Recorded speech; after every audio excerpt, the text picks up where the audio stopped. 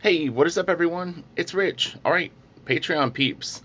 This is the grand finale, my last video for Patreon and for YouTube until I come back. Like I said, I felt an obligation to, um, provide some content for you all. Just really on the off chance that people just didn't realize that I was actually in fact taking a break from YouTube and basically online in general. I would say, like, I'll put a link to my Instagram. That's probably where you'll see me start to creep back online in a few months. I don't see myself coming back to YouTube first. So, yeah, Instagram will probably be where you'll see a pulse. But anyway, I ordered this book and it just actually came yesterday, and I haven't looked through it yet. So we'll take a little look at it. I can't do a super long video. I've got a lot to do today, but yeah, I've always kind of collected these Disney, Pixar, art of making of books, and some of them are really really good. And so I hadn't bought one in a few years, really quite a long time. And I kind of started doing my research. Like I'd go on YouTube and watch like people that would show the books. This book is so good. And Yeah, I mean, I love them because it's just the whole thought process behind creating something. So, I've never read them, but I'm actually going to probably read this one and really kind of soak it in. But you know, the Star Wars books are good too. Hold on one sec. My cats. All right, I'm back. Yeah, I got a phone call like right before I went to shoot this video, and I don't know what it is about my cats, but like if I get a phone call and I'm on the phone, they flip out and they just start charging through the house, chasing each other. It's really weird. I honestly don't know what it is. They're still kind of coming down off that high, and I think them hearing me in here talking is like got them wound up. Oh, well, the faces in the clouds are cool. Oh man, I'm so excited to check out this book. Like I said, I don't have time to do the whole book, but anyway, what I thought I would actually do is while we're looking at the book, I wanted to give you some key things to focus on, to think about, and to maybe have as like a little mental checklist when you are trying to move forward with your art. So the first thing, and this is something that I haven't done as much as I should, but I would suggest taking notes throughout the day for several reasons. One is any ideas that you have about things you want to do. Could be projects, ideas for pages, ideas for drawings, and get that stuff down because it's really really important. And honestly, in a day or so, or even a half a day, sometimes you can forget like a pretty cool idea, or it gets sort of just like lost in the shuffle. So I would have one section of a notebook just devoted to ideas, whatever that means to you. The second thing I would do is I would take notes with your drawing. So whatever you're working on, kind of the same idea. I wouldn't keep them with the other notes, but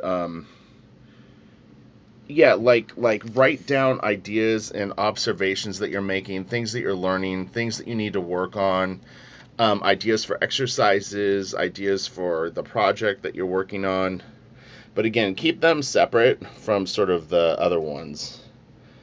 The third thing that I would really highly recommend, this is all for improvement, is review your work.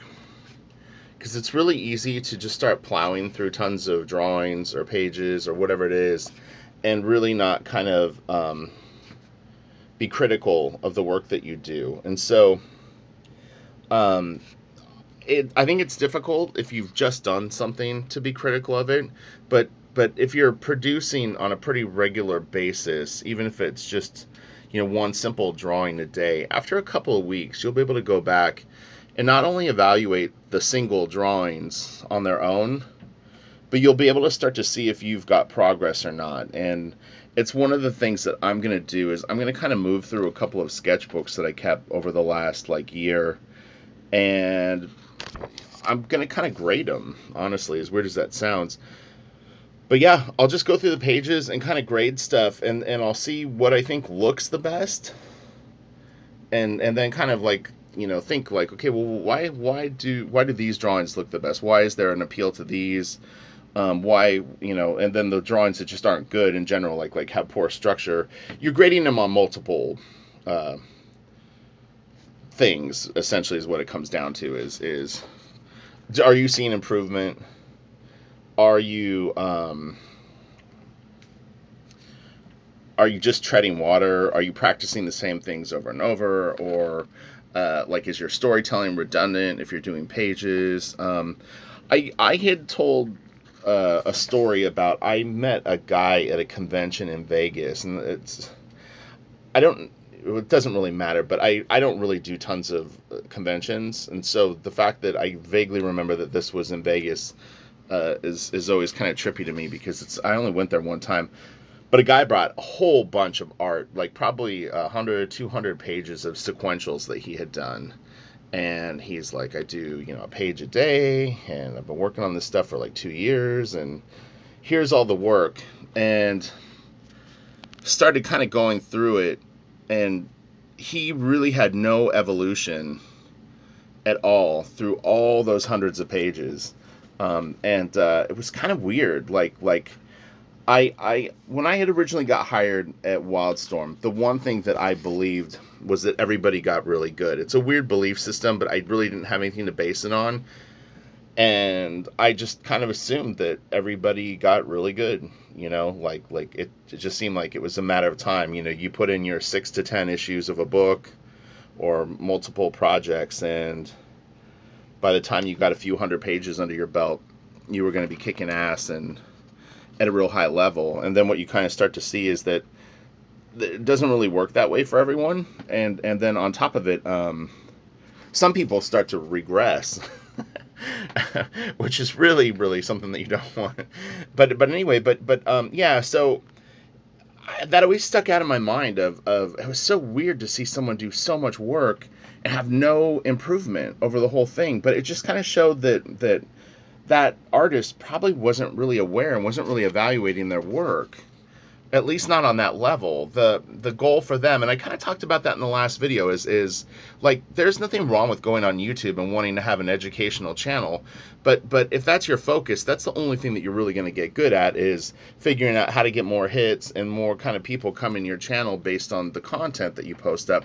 And that's great, but that really isn't ultimately what I want to do. I want to be an artist and produce beautiful images and have people sort of come to me because they like art and want to talk about art. It's slightly different, but the same goes for when you're working on something. Is what was the point of him doing all those pages if it wasn't to improve? Maybe the goal was just to do pages. Like he in his mind somehow came up with, hey, if I do 350 sequential pages, I'll have my whole story told of this comic book or multiple comic books that I want to do. So it's just difficult to say. But yeah, keep tabs on what you're working on, and then maybe kind of see, like, are you evolving? Are you improving? Are you just doing the same thing over and over again? And I think that'll really help. And then clear focus. Mentioned that a couple of times in the other video. If you have a purpose for what you're working on, and look, if you just want to draw for fun, that's still a purpose, But for people that are a little more hardcore or want to take it more seriously, really have kind of an ultimate goal of what you want to do. If you want to draw Spider-Man, then really kind of gear sort of everything that you're working on towards that. Be doing pages of Spider-Man. If you're sketching, always sketch Spider-Man. I mean, the worst thing you could do is if your end game goal is to do, we'll just stick with Spider-Man. So you want to do Spider-Man. You'd love to do a Spider-Man title for Marvel. What's the point of sitting and practicing, girls' heads for hours and hours and hours, and then the day that you sit down to actually work on your project, you're drawing, New York City and Spider-Man most of the time? You want to have a balance, but, I've caught myself doing it. I think that's why I could point that out is I've had periods where I'm working on something, real hard, and then when I go to start actually working on a project, it's something kind of different. You're like, oh, like, spent a lot of time working on a direction, only to start something else, and it's different. So if you can, if you're actually drawing a decent amount each day, the one thing you can do is always set aside a little bit of time for play, meaning you just sit down with no agenda and you just draw and have fun. Whatever comes out is good to go. Maybe it's 30 minutes a day. If you draw 3 or 4 hours a day, give yourself 45 minutes to just cut loose. Do whatever. You could get on Photoshop and try a brush that you've never used or a tool preset and goof around with that. Maybe it's color, whatever it is. Just have fun with art. And then maybe set aside 30 minutes a day to try to learn one thing each day. Because the reality is, if you could actually learn one small thing each day, draw an ear better, figure out how to draw nostrils from a certain angle, an upshot, like how the eyes sit in the cranium and what the shape of the eyes are at a certain angle, that would really compound over 200 days. If you actually were able to learn 200 things, that would be pretty incredible. So sometimes I think when we want to practice and learn, we look at it as like, oh my God, I've got all these things I need to work on, and I'll do 15 minutes of this and 20 minutes of that and an hour of this. And the reality is if you spend all that time, you don't retain much. You might have been better off just learning one thing that day, how the front of a hairline works, how hair falls behind the ears, how it sits on the shoulders. If you can lock that in and really keep it with you, you'll be pretty rocking in a few months. You'll have a nice arsenal of bulletproof techniques that will not only work for that, but they usually compound. If you learn to draw one thing pretty good, it usually will apply to something else. Because pretty much drawing is drawing a lot of shapes, and shapes that connect and interlock and things like that. So as you get better at that sort of thought process, then what you find is, oh, eyes are like this.